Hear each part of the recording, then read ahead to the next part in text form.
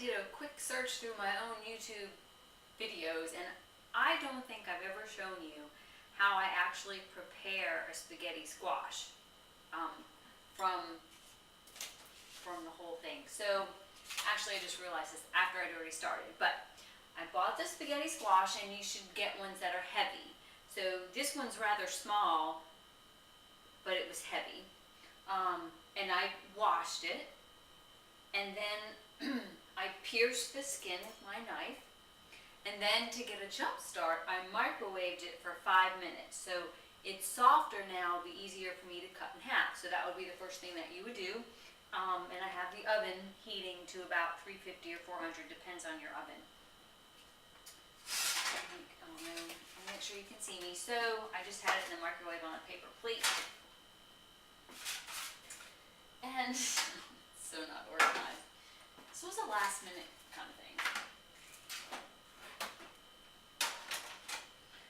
So cut it in half because you want to get the seeds out. So it's not fully cooked, it's just been microwaved for 5 minutes. So here's what it looks like. I'm going to take a spoon and get out the seeds, and then I'm going to put it on this baking sheet and bake it for at least 30 minutes and check it. And I want it to be really soft so that when I check on it, I'll be able to like mush this flat. Easily just press it in, because right now it's hard, and then it will be done, and I will take a fork and scrape it off of the shell. Here is the squash after I've taken out the seeds. There's the seeds over here. Just gonna throw those in the trash because I don't have a compost pile.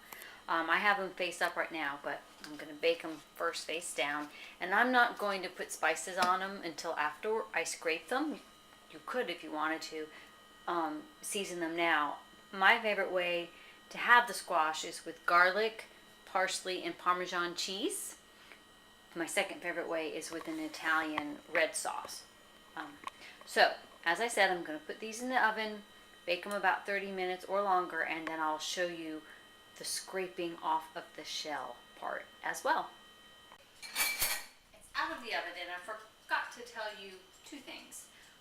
When you microwave it and then cut it in half, you have to let it cool a little bit so you can handle it to scrape out the seeds. It'll be too hot. Same thing when you take it out of the oven, it might be too hot at first for you to scrape out the spaghetti. And while I was baking it, as you know, I started it this way, but I also turned it over in the process. So it's a little warm, but you just flake it off. It's very, very easy. Flake it off like this, all the way down to the shell, and you'll have quite a bit of spaghetti squash. And there's other videos I have that show you what to do with it. What I like to do is separate it into portions so that I can have it during the week. I usually put it in the freezer, and I do it plain, and then when I am defrosting it or warming it up for my dinner, then I add garlic powder, parsley flakes, and just a little of Parmesan cheese, not adding a lot of calories, but adding some taste. This is an awesome vegetable, and like I said, you can also prepare it with marinara sauce.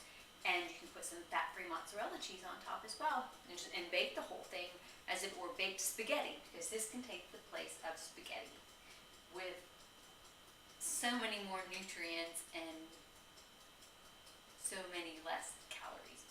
So just scrape off both sides, and then discard your shell. And that is how you bake a seed. You might find a seed.